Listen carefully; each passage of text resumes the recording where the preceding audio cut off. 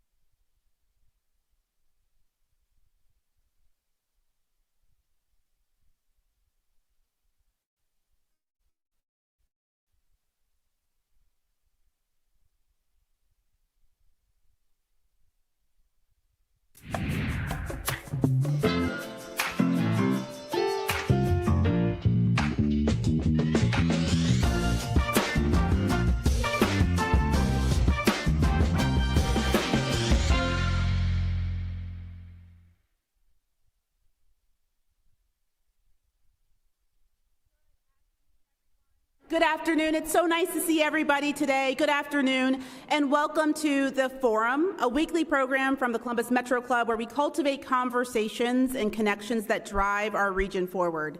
The Forum brings together visionary leaders, CEOs, members of Congress, college presidents, UN ambassadors, artists, and change makers to examine the issues that matter, exchange diverse perspectives, but most importantly, forge connections that truly create a better Columbus. For 50 years, the CMC has brought together Columbus for dialogue that informs, challenges, and most importantly, and hopefully inspires you. And today is absolutely no different. My name is Sophia Pfiffner. I'm the president and CEO of the Columbus Metro Club, and we're coming to you from the National Veterans and Memorial Museum here in the heart of Columbus. Not only is NVMM the home to CMC's weekly programs, it's also proof that democracy requires something from all of us. It requires us to show up. So, thank you so much to our presenting sponsors of CMC's long-running Optimal Health Series, Nationwide Children's Hospital, Ohio Health, the Ohio State University Wexner Medical Center. We'd also like to thank today's forum sponsor, Planned Parenthood of Greater Ohio and Downtown Columbus Incorporated, for providing today's free parking. Hooray for free parking. And thank you to the Center for Human Kindness at the Columbus Foundation for presenting our live stream, and our live stream and promotional partner, the Columbus Dispatch. We're so grateful to everyone who helps us create conversations just like this. Let's give them all a round of applause.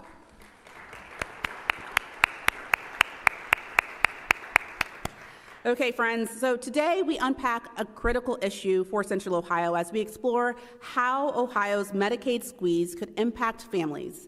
Medicaid covers more than 3 million Ohioans, but major changes are now underway that could reshape how hundreds of thousands of Ohioans receive care. How hospitals stay afloat and how much pressure lands on families when coverage falls short are all in flux. With today's experts, we'll unpack what's changing, what Ohio leaders are proposing, and what it could mean for our friends, our neighbors, and our family members who deeply rely on Medicaid. To help me with today's discussion, we have some amazing panelists. Representing Colerain Township in Hamilton County, State Senator Louis Blessing III.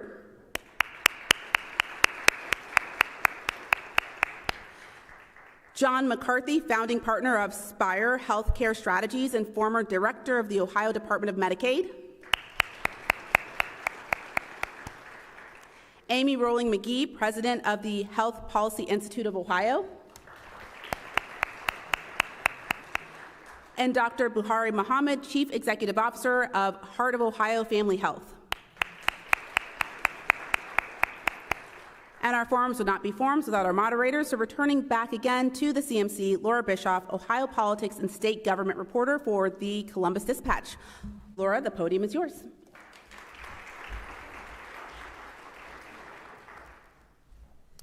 Good afternoon, everyone. Thanks for having me here. I was saying before lunch started that I'm pretty sure most of the people in this room know more about Medicaid than I do. So I will just try to ask some good questions of our smart panelists. First up is just for those who don't know a lot about Medicaid, including people who may be watching on the live stream, who can explain what Medicaid is to a sixth grader? And you get cool points for brevity. Since I was Medicaid director, I guess I need to do this one, right, Laura?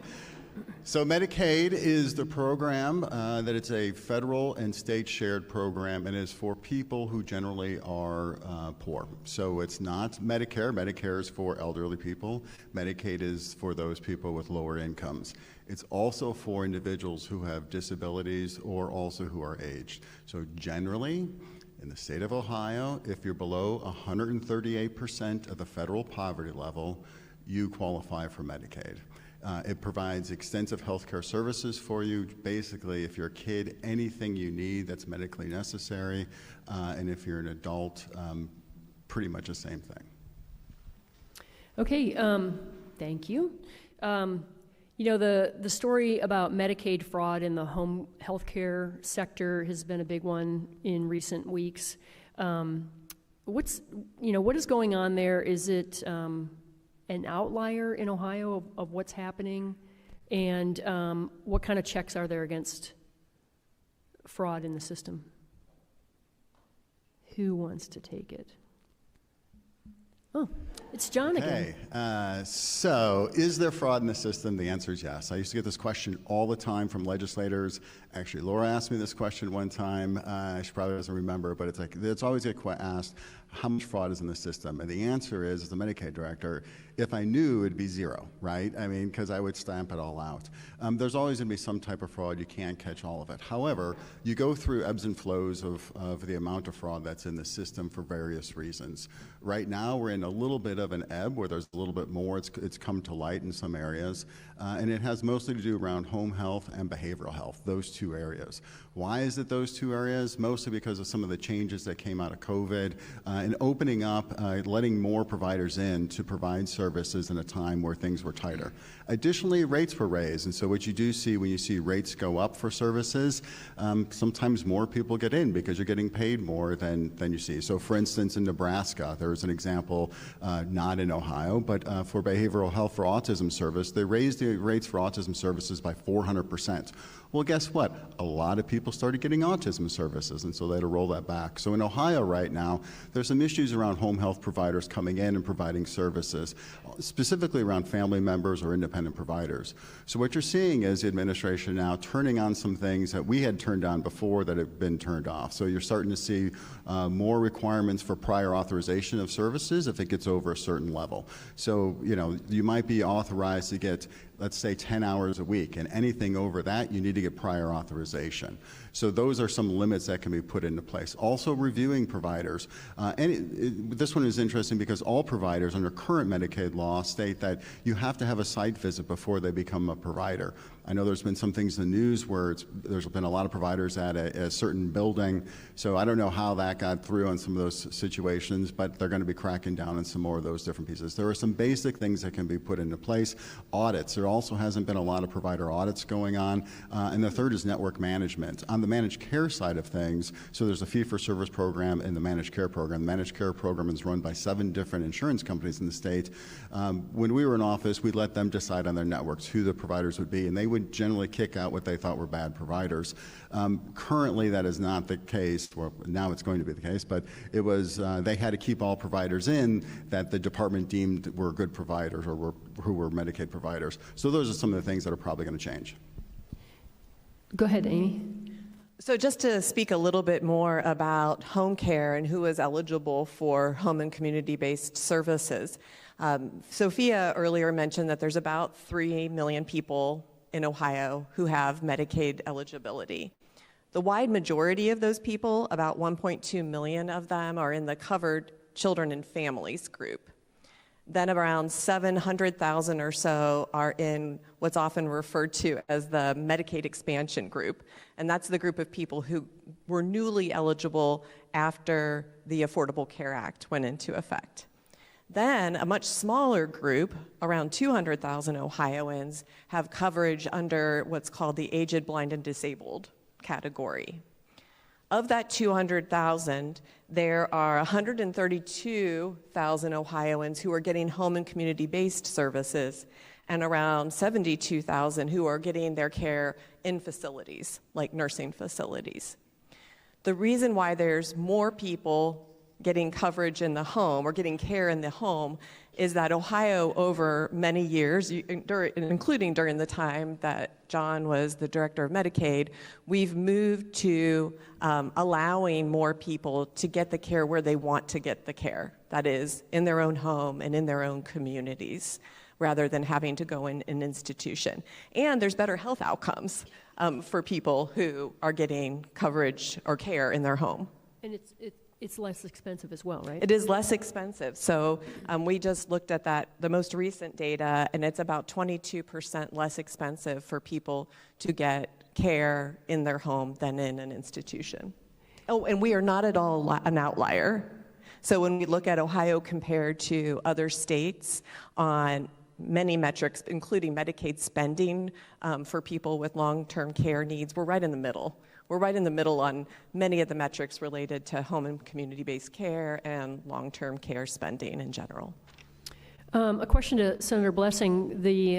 There's a committee in the Ohio House right now that's debating a Medicaid reform bill that will likely land in the Senate in short order. What do you expect to see, and how do what issues are they trying to address? So that's a good question, and it's funny in the sense that we've just, I think, got a sub-bill for that today in the House, so it's hard for me to opine exactly what is going on with that. But from my perspective and where I'm at just from a higher philosophical level is I don't like the fact that, we're effectively just seeing this now. And beyond that, I am worried that, I agree, there's obviously some fraud in Ohio, but it really does matter where we are philosophically with this. And what I mean by that is, where are we going in terms of, is this really about fighting fraud? Or is this quietly about, well, we have a more libertarian ethos, and is this about cutting a very successful anti-poverty program? I'm worried that it's more about the latter, and it's one of the reasons why I'm struggling with just this process right now. There's changes that are coming to Ohio Medicaid via the Big Beautiful Bill. This is the big federal budget bill. Who might be able to summarize what those changes are and how they might affect Ohioans on Medicaid? Can I speak to one piece of that, though, of the OBBA? Yeah. Sure. So the one piece that's coming in January 27 is the work requirements part of this, and there was a resolution in the Senate, and look, I think the world of Senator Kyle Kaler. That resolution was in support at the time of the federal government applying work requirements to this, and I voted against that. And my issue was simply like it sounds great on paper to have work requirements for this, but we've seen this end very badly in both Georgia and I believe Arkansas. And again, I think this is a way to say, look, we're doing something, we're showing transparency and accountability and making sure that people are working, but in the end, it's creating an enormous administrative burden. It's making a system complex to the point where people who are eligible for Medicaid don't even bother or will be pushed aside from it. And I think it's telling that it started in January or will start in January of 27, right after the midterms. Not a good look. But beyond that, though, if I'm right, and economists are right about this, I think it's going to cause a lot of problems. If I may add to what Senator Blessing has mentioned about what is this? Is it to fight fraud or to eliminate the program? I will pivot to a report we received from the current Department of Medicaid. We are part of a system that they update us who are the population that we are going to be dealing with. And this population are called Section 8, which is age 19 years old to 64 years old. These are the people, like my colleague Amy said, expanded Medicaid due to the Affordable Care Act. There are 774,000 Ohioans in this group. Meanwhile, 3 million Ohioans, 774,000 are in this group. And in Franklin County, we have 111,000.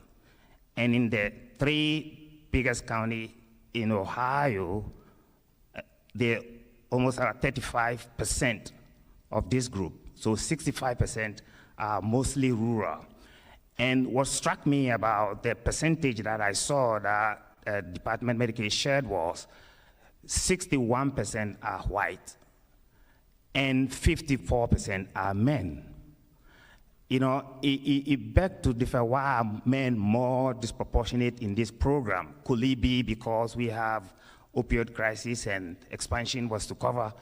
So, and when I saw also another data the department have shared, 77% or 77.7% are already compliant with the work requirement.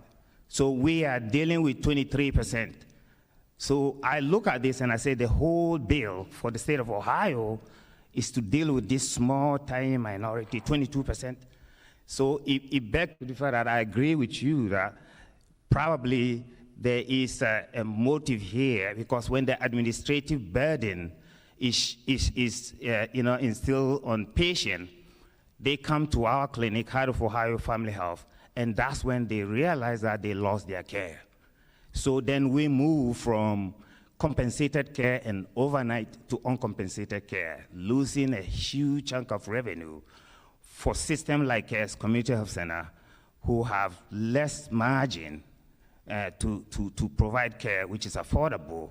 So those are the fears that we are having for this new bill. Well, Dr. Mohammed, how do you get the 22% to comply with the work requirements? How do you advise them and guide them into that? Yeah, so we are working as a team. In Central Ohio, there's 7 federal qualified health center or community health center in Central Ohio. So we are actually talking among ourselves about how we work with the county to ensure that we do a hand-holding. This is not an issue where robotically people will receive the notification and act right away and get everything going. There's definitely going to be an administrative burden or lack of receipt of notice. They show up and they lost their care only when they are at their primary care. We're going to see this. We've seen that happen, especially during the redetermination, when the expansion of Medicaid was given during the pandemic. And then when the redetermination happened, Heart of Ohio lost almost 10% of Medicaid in our system. We're talking about almost $3 million of revenue that's gone from 52% to 42% in 3 years. So we're going to be doing a lot of hand-holding. We have staff that will be looking at it to help. And Heart of Ohio specifically are fortunate to have JFS, Department of Job and Family Services, in one of our facilities. So coordination will be easier about what is it that our staff who are in that 22% are missing for community engagement, either school or work or activity, so that we can get to prove that. Let's get back to the big, beautiful bill changes. It's my understanding that Ohio stands to lose, what, a big $3 billion in Medicaid money? Oh, I'm sorry, $33 billion. I was off by a factor of 10. So, Amy, you want to take a crack at how that could be absorbed? Yeah, so early estimates right after the bill passed last summer were that Ohio would lose around $33 billion over 10 years. So you're right if you divide it by 10. And that around 340,000 Ohioans will lose coverage because of a variety of provisions in the law. Now, those were very early estimates.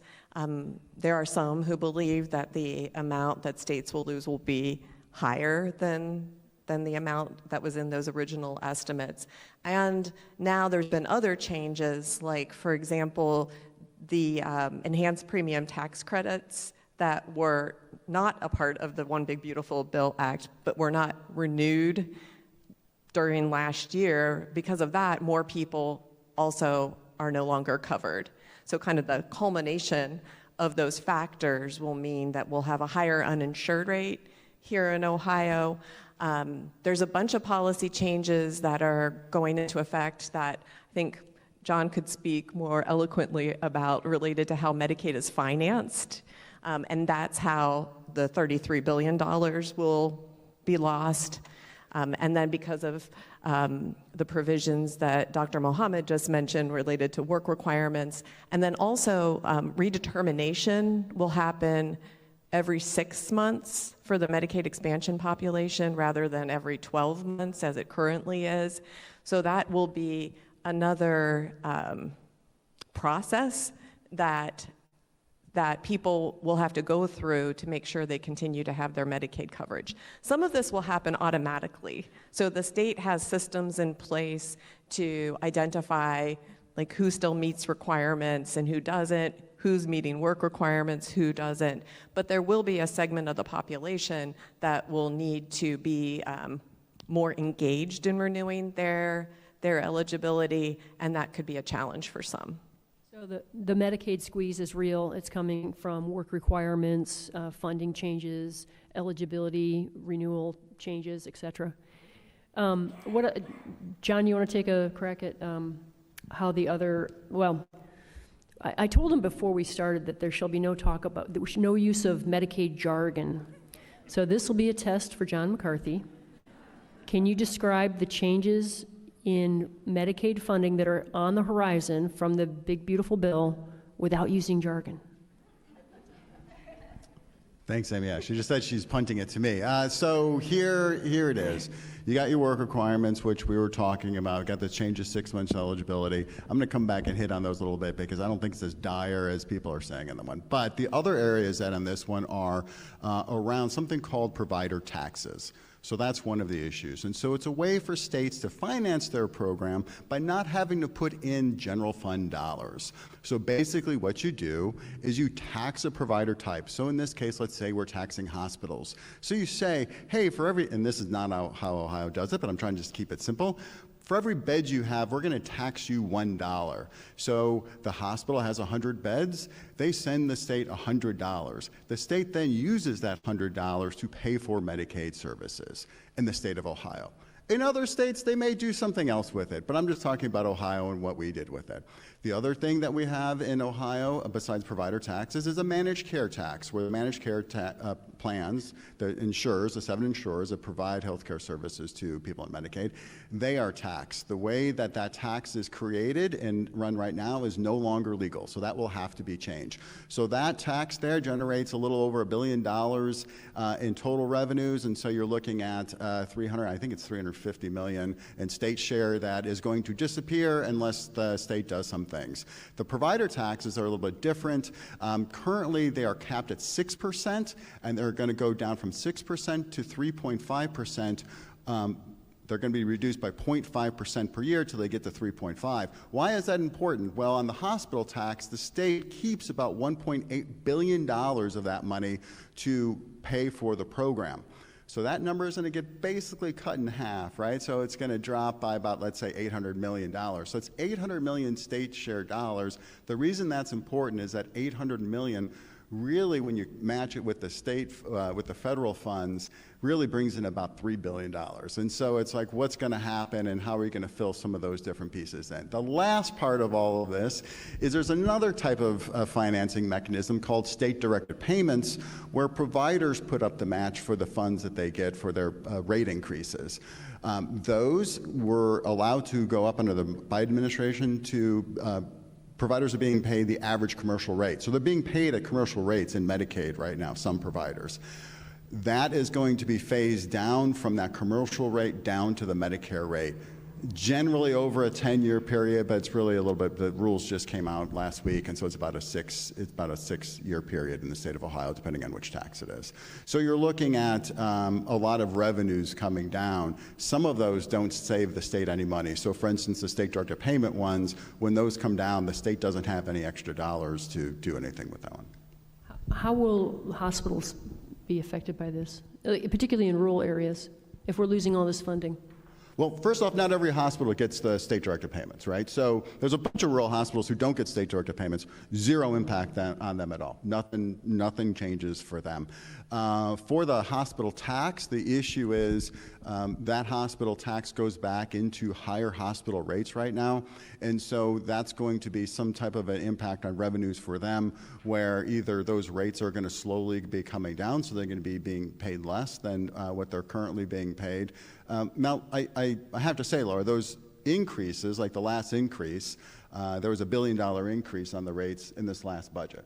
So it's not like the hospitals have been getting this for a long period of time. Like it's been a rather short period of time. Having said that, they still rely on those dollars. This is not going to be easy for them. This is not something that's easy. They're going to lose some of those dollars. The bigger impact was what we were talking about before, and it could be on those individuals who lose their Medicaid eligibility because of work requirements. So some more people coming in could be uninsured. So those are going to be the two different squeezes that they're going to be having in those cases.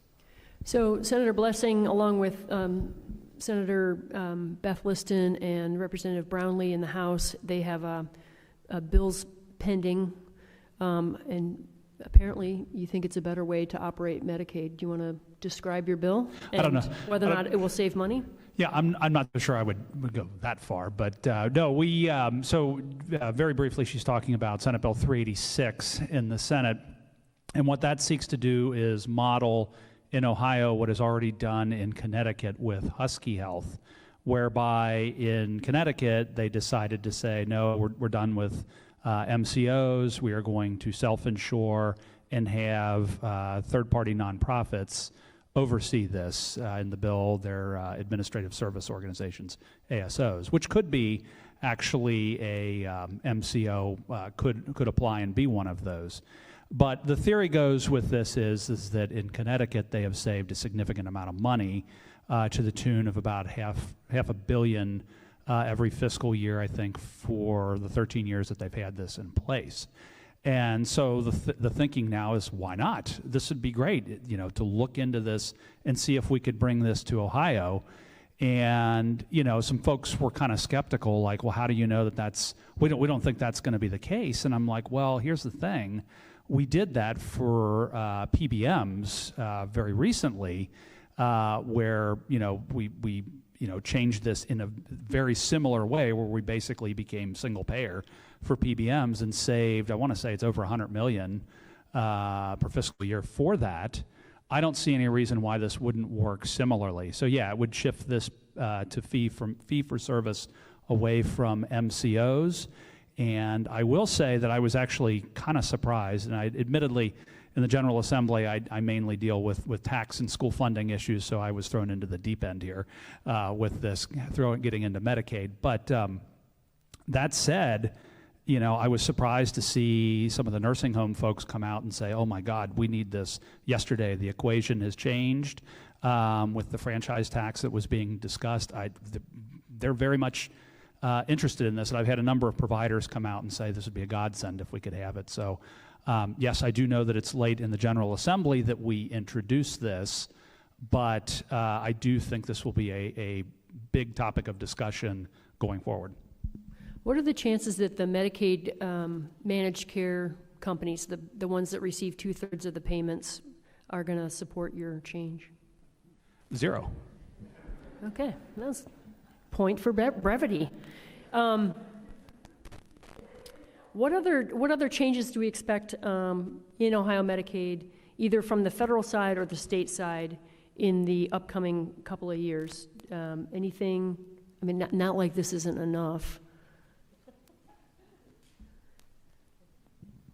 Depends on who wins the gubernatorial race, right? I think the Ramaswamy camp already put out one idea around moving to a system similar to Tennessee's, which it's called a block grant. Really not a block grant. It is, so is that too much jargon? Is block grant jargon?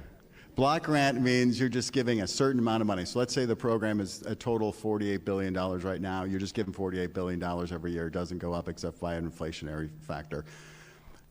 They're actually not doing that. It's going to be on a person per member per month basis to adjust for the number of people in the program as it goes up and down. That's what they've proposed, that along with proposing that if they find fraud, they get back what basically is what the feds get back. So right now, the regular Medicaid program, the federal match the state gets from the government is about 66%, and then the state puts up 34%.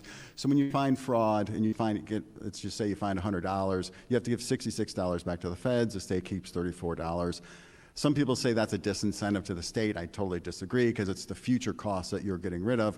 But what they're asking makes sense is you reverse that and you say, hey, if we find $100 worth of fraud, we'll give you back $34 and we'll keep $66.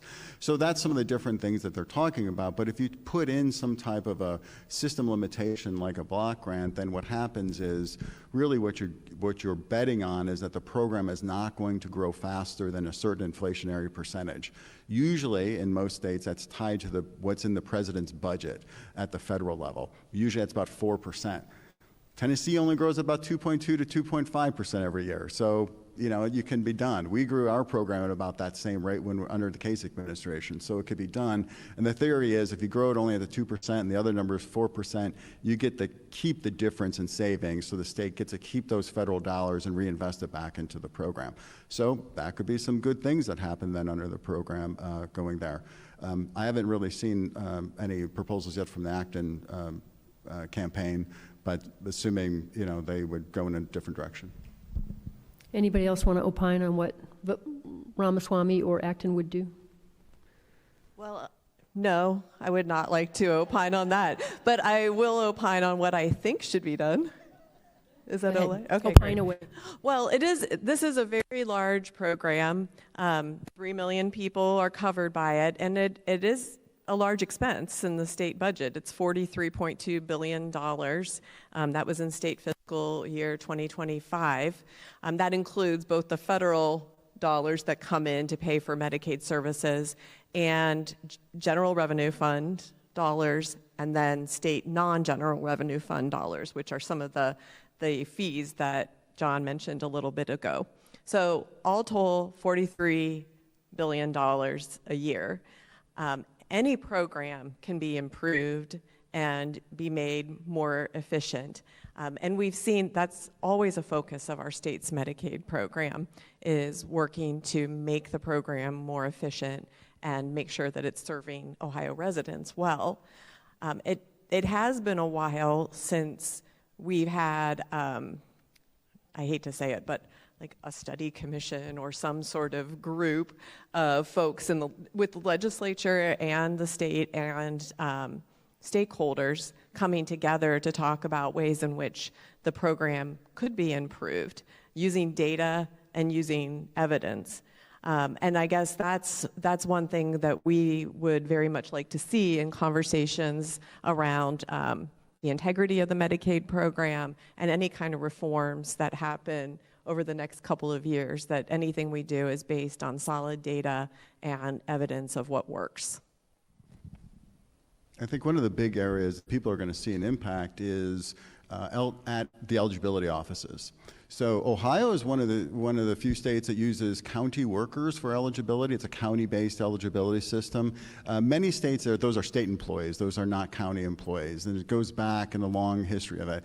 We had lots of issues with that. Those county workers are unionized in some places, non-union in other places. They're paid more in some places, paid less.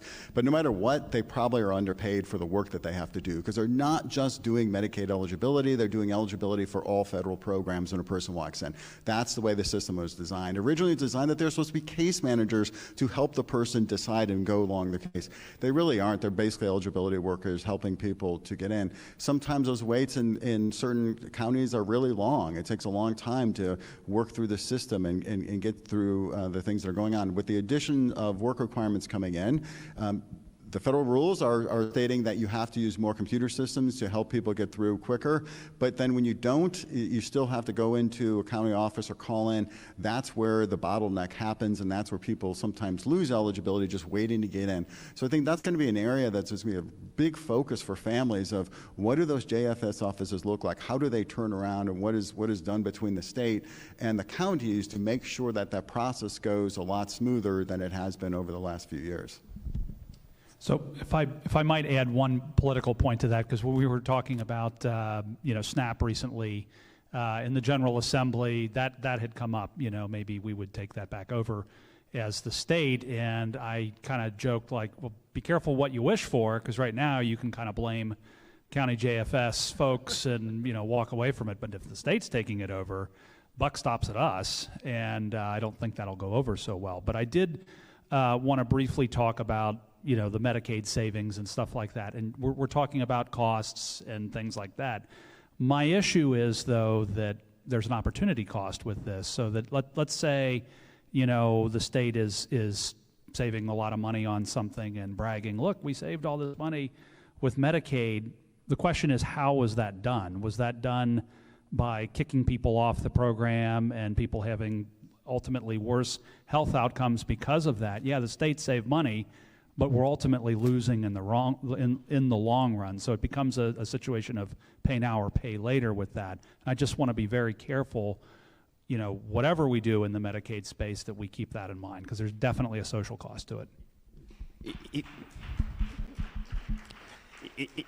If I can add to a provider's perspective, a real recipient of changing of policy, when John McCarthy and John Casey were in office, they decided to expand Medicaid, and we saw a sample of one which replicated through Ohio. Out of Ohio Family Health Center, Medicaid patient population start to increase, which means we're getting revenue for the services to reinvest in the system.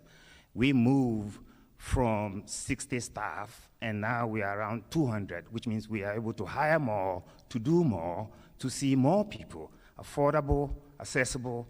So chronic disease like diabetes will not be treated in the ER, which is more expensive. So there's a real impact in our system due to what John and the governor previously have done, right? So we saw our Medicaid patient population increasing up to 56%, more than half of our patient population.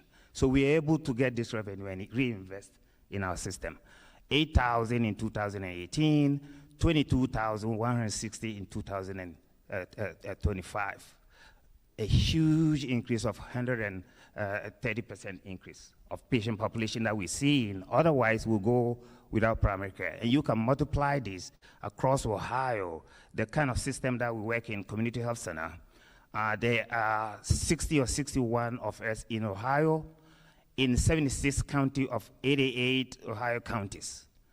Serving almost more than 1 million a year. We are the largest primary care, and this change in Medicaid is going to disproportionately affect us, because Medicaid is what we rely on to be able to provide care and services.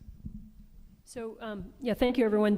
The CMC likes to take questions from the audience, and so we're going to be moved to questions from our live stream and in-person questions in a minute. If you have questions for the panelists, go ahead and head over to where Doug is. There's a microphone there, and you can line up and fire away. And if you're joining us on the YouTube, just drop your questions in the chat. While everybody's assembling, when the massive crowd of people who have questions stampedes to the microphone, I'll take this moment to ask one last question. Dr. Mohammed, there's a lot to chew on the Medicaid issues that are in front of us. For the 3 million people who are on Medicaid, what should they be most worried about? If you look at it, the 3 million really was supposed not to be touched, except the 774,000 Ohioans who were 19 years old and 64 years old, the adults that are called Section 8, right? But my fear is going to just wrap the whole person who is in Medicaid to inadvertently, cut off care, and they will only realize that when they show up at our clinic. I would say what we should be worried and concerned about is that we pay attention to the changes that is happening. But through our experience, I know our patient population are dealing with a lot of social determinant of health.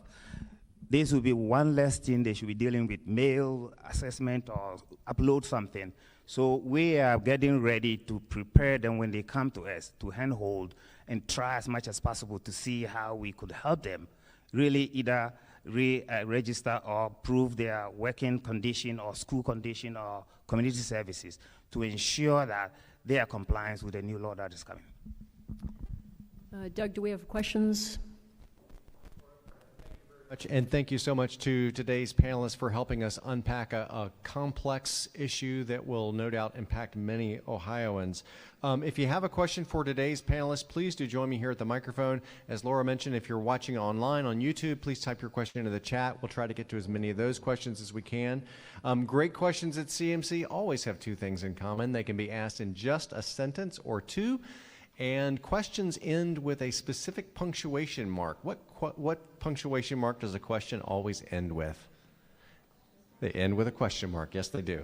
I'm going to start us off with this one. Carol Mary asks, is there a concise statement on the number of people in Ohio who will be affected?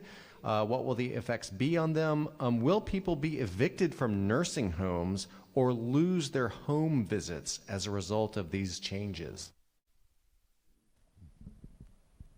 Well, that is difficult to answer precisely. So I mentioned earlier that there were the estimates that around 340,000 Ohioans would lose coverage because of a variety of provisions in the One Big Beautiful Bill Act.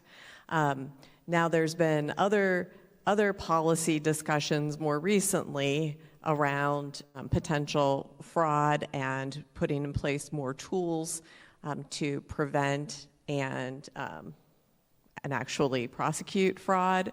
So one thing to keep an eye on there is whether an unintended consequence happens related to people being able to access home and community-based services that they need as these additional levers are put in place. I'm going to say it differently in a little bit nicer way, which is no, people aren't going to be kicked out of nursing homes. People aren't going to be, because of the big beautiful bill, you're not going to see in the work requirements. They do not apply, as the doctor said, they do not apply to people in nursing homes or in home community-based waivers or to children or to pregnant women or to their parents. It is a subset of individuals in the program who this applies to. It's individuals between 19 and 64 years old who don't have a child living with them. So it's that subset. So it's about 700,000 out of the whole group. And of that, there's also requirements in the big beautiful bill that says if you have certain medical conditions, and that rule just came out yesterday, so I haven't been able to read through all of it, but if you have certain medical conditions, you're also exempted from work requirements. So for instance, if you have substance abuse and you're in treatment, you don't have work requirements. You have mental health illness, you don't have work requirements applied to you. So there's different things like that, or if you're in a hospital, things like that. They're not going to be like, oh, you're not working, you're in the hospital, we kick you. That's not in there, okay? So it is for this smaller group of people. The estimates that the department has put out is, as the doctor said, about 300,000 of those 700,000. But that was before this rule came out, so now they've got to go through and see with other issues around that. And that's specifically around the big beautiful bill. Is we're looking at basically what are called childless adults between the ages of 19, and actually there's some limits also of going up to, it's not even up to 64, I think it's up to 60, for people who have to, need to work. And let's say the work requirement is 80 hours a month. So it's 20 hours a week, and that can be done through either volunteering or work. And the other thing is, if you make over the federal minimum wage times 80, which is about $530 or $560, I can't remember exactly. I didn't write my note down like Amy did, but it's around that number there. If you make more than that, you automatically stay in. So Ohio's minimum wage is way higher than the federal minimum wage. So in essence, in Ohio, you don't have to work the 80 hours. I think you have to work probably like 40 some hours in a month to maintain your Medicaid eligibility. Good afternoon. My name is Eric Davies, Transformative Consulting. So I work with community health centers such as Heart of Ohio and other organizations here in the state that are doing this work and seeing patients who are on Medicaid and who are uninsured, and also getting other types of health insurance. And I know of the importance of weeding out fraud. Of course, none of us want to see fraud in the system, but it seems like we always focus on fraud to the expense of the benefits of the programs. And I think Dr. Mohammed was speaking to the benefits of the program and how he has doubled his health center and how many more patients have care because of Medicaid. How can we make this message more strongly that most people who are on Medicaid and who are able to work are working, and that those people are able to work because they have health care insurance through Medicaid and they have health care access through community health centers, through hospitals and other entities? How do we make this a stronger case so we don't get caught up in the fraud exclusively? Thank you. I think by saying it over and over again and coupling solid data with stories of people who are impacted. I'll just add one thing to what you said, Eric, and that is that there are many people who work in lower wage jobs don't have offers of employer-sponsored health insurance. So there could be people who are working multiple part-time jobs and don't have access to private health insurance. Or the private health insurance that they're offered is unaffordable. They just can't afford to pay the high deductibles and the premium and all of that. So that's a message that I think needs to be conveyed over and over again to our elected officials and other decision makers, because I think there's a misconception that once people get jobs, they will be able to get coverage through their employer, and the data does not bear that out. I will add to what Amy said. We see it right in our mix. 200 employees, only 30% participated in our employee insurance because majority of them are low wage, cannot afford. So we have staff who are also Medicaid recipient. So that's the system. They're working. They come every day. We see them. But they cannot afford a penny out of their payroll for another insurance because they're dealing with a lot of other activities. So yes. So here's one of the issues. You have a numbers problem, and it's very simple, okay? The program is 40, what you said in 2025, 42. You had notes, don't you? No. 43.2 billion. 43.2 billion in 2025. So in 2026, it was like 45 billion. In 2027, it's going to be like 48 billion, I think. So let's just use the 45 billion. It's 45 billion. If there was 10% fraud, that means you're at $4.5 billion in fraud. And if you say that number to anybody, any Ohioan, say, oh, there's $4.8 billion in fraud, no big deal. No, people are going to go crazy. If you say there's 1% fraud, right, that's still $450 million. And you've talked to any normal Ohioan, and they'll say, that's a big problem. So that's your problem when you're talking about fraud, to say it's no big deal, look the other way. The numbers are large because the overall program is large, okay? That is the issue. So you can't not talk about fraud. You need to talk about fraud, but you need to talk about fraud where it's at, how to isolate that. No one's talking about fraud at federally qualified health centers right now, right? That's not where it's at. It's looking over in this other area and making sure, like the bill that's going through the House right now, is focused on those areas, which it is. I mean, there's a lot of it that's focused on those areas. There's some other areas that not, that, probably you need to take a look at. But to, as Medicaid director, again, I couldn't look the other way and say there's no fraud and like, oh, there is fraud, and it's just big numbers, and so that's the problem. If there was only $1 million worth of fraud, be a different story, but that's not the number. Sound like you're arguing with someone, but I think we all agree. I think most of us agree. I would agree with you that if you talk to any regular Ohioan, anyone, they're going to say that would be a problem. No one's arguing that. Very briefly, though, to just answer your question, I mean, yes, I think folks are putting that information's been out there for some time. I just hope we're not, to paraphrase Mark Twain, America eventually gets it right after we've tried everything wrong first. And I bring that up to say that one way or another, it might not be today or tomorrow or next year, but this will be done correctly in the long run, and the political arena will decide it. I'm Mindy Wright, a member of the program committee. I want to follow up on something that Amy said earlier when she said that there's a need for a study that brings together legislators, stakeholders, providers, all kinds of a broad range of viewpoints. How could that happen, and how could that happen quickly enough to inform policy that's being developed now? And I'm sorry to put you on the spot, Amy. Are you asking me, Mindy? Because you brought it up, but then anybody else. Well, I think that the brakes would have to be pumped some on current conversations, and we'd have to turn to thinking about how can we make the most data-driven and evidence-informed decisions we can to improve this program for the benefit of people who are enrollees and for all of us who are paying taxes and funding the program.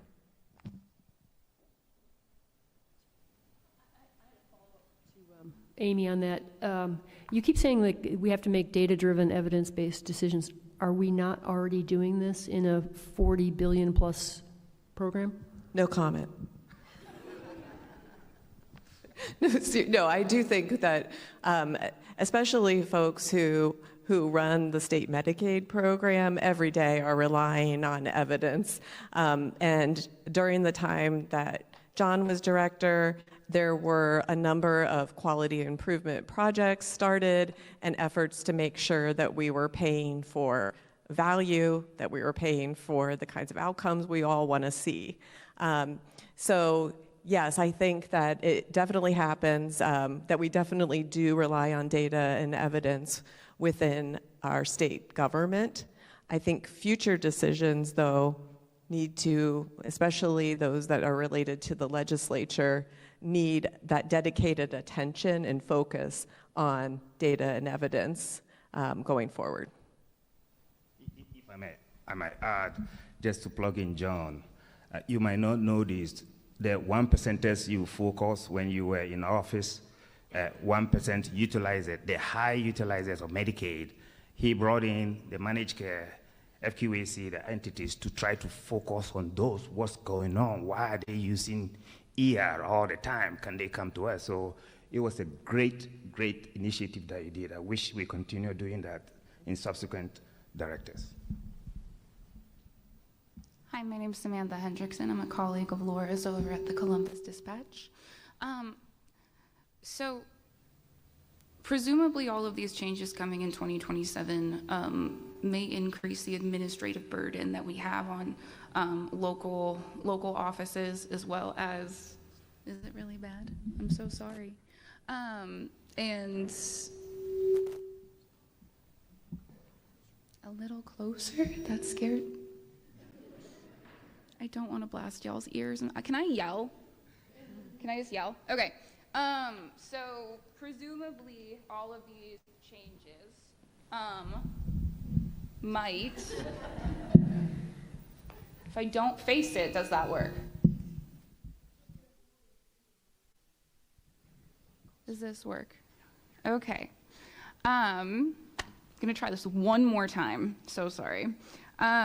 So with all of these, presumably with all these changes coming in 2027, we are going to have an increased administrative burden on smaller local offices that might already have limited resources, or possibly federally qualified health centers who might not, like a larger hospital, have teams dedicated to helping with this kind of thing. Are there plans that y'all are aware of at the state level, at the federal level, that are going to help with this transition? If so, what are they, how, and how are they going to be protected as much as possible to usher in these changes as smoothly as they can?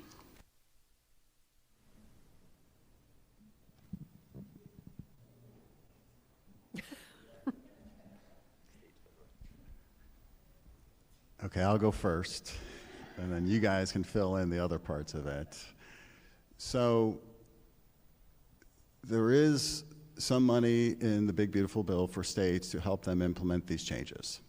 So that's number one, but that's more on the administrative side for states and those different pieces. I don't know how much Ohio is getting from that, but there is some dollars in there.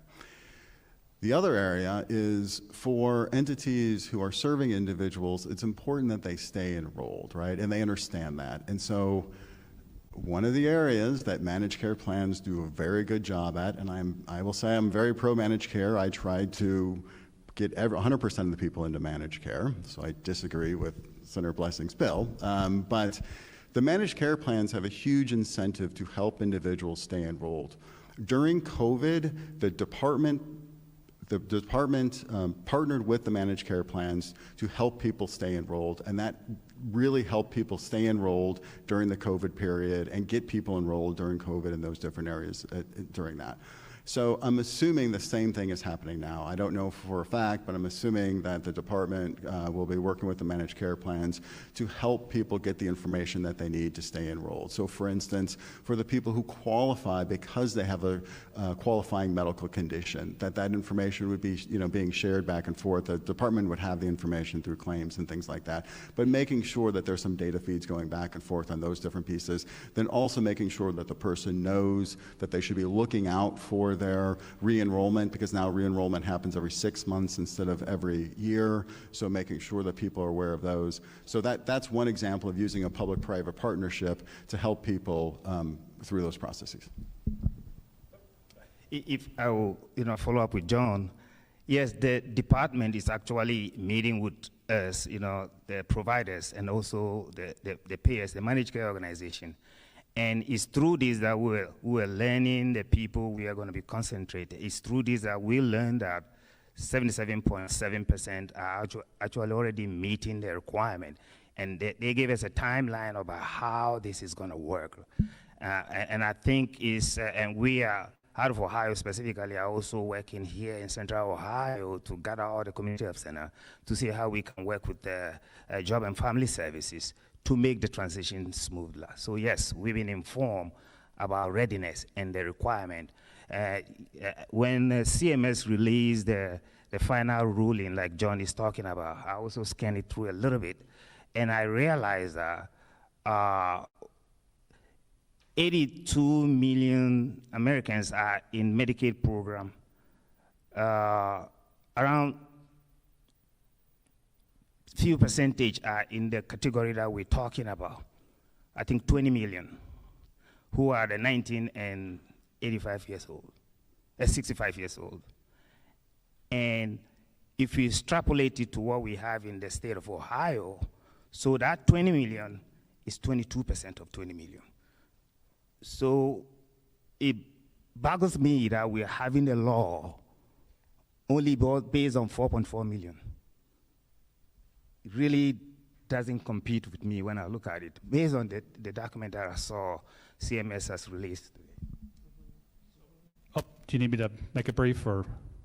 Yep, okay. So just very briefly on this, you had asked if, money would be following that increased administrative burden, and I, at the risk of speaking confidently incorrectly, I will just stay a little bit away from Medicaid because I can't answer that directly, but I would surmise probably not. There's probably not going to be that money coming with it. And the anecdote that I would use is with respect to SNAP and how we had just recently dealt with that in the General Assembly. In other words, we have to keep or I should say the counties have to keep the error rate below 6%, and there wasn't a lot of money attached to that, but if they can't get that below that level, we're going to lose a significant amount of federal SNAP dollars. And if that's the way that was structured, I find it difficult to believe that Medicaid would be very different from that.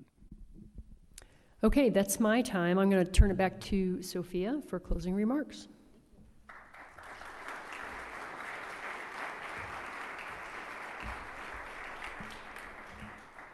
All right, I hope everyone found today's conversation enlightening. I have the opportunity to kind of summarize the discussion, and as I was listening to today's conversation, which I know nothing about Medicaid, I am not an expert. Similar to Laura, I was like, this room probably knows far more than I do, but I was thinking about the numbers that we kept on mentioning, or the statistics that we kept on referencing, and I'm going to invite everyone in the audience to hear those numbers and those statistics, but also think about the human aspect of what we're really talking about today. the folks in the audience, those who are tuning in online, I know that you are individuals who have neighbors, who have relatives, who have friends, who need access to care. And all of our individual needs to care, like it just varies so much. And this is such an important program that we can't forget the individuals that it actually serves and how it impacts their lives, their ability to show up, their ability to receive the treatments that they need. So thank you so much for enlightening us, providing us with some context. And I hope for those who are in the audience today that you take this conversation and share it with your coworkers, share it with your neighbors, share it with your spouse or your loved ones, as we're all trying to navigate how we can be a state that really embraces and creates space for all. As I always do, I want to make sure that I thank all of the sponsors and participants who make programs like this possible. So thank you so much to Nationwide Children's Hospital. Thank you to the Ohio State University Wexner Medical Center. Thank you to today's forum sponsor, Planned Parenthood of Greater Ohio and Downtown Columbus Incorporated, for providing complimentary parking today. Thank you to the Center for Human Kindness at the Columbus Foundation and the Columbus Dispatch. And then most importantly, we're grateful to the National Veteran and Memorial Museum for hosting us every single week. But our conversations would not be conversations without our panelists. So to Senator Blessing, John, Amy, and Dr. Mohammed, and Laura Bischoff, thank you so much for a wonderful conversation. Let's give all of those individuals a round of applause.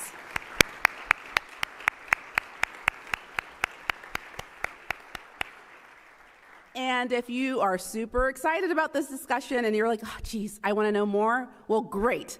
We partner with the Columbus Metropolitan Library every single week to recommend a few books that might be of interest to you. They are recommending Your Money or Your Life, Debt Collection in American Medicine by Luke Messack, so feel free to check that out. And every single week we have a conversation just like this on a variety of topics. I'm very excited for every week's conversation.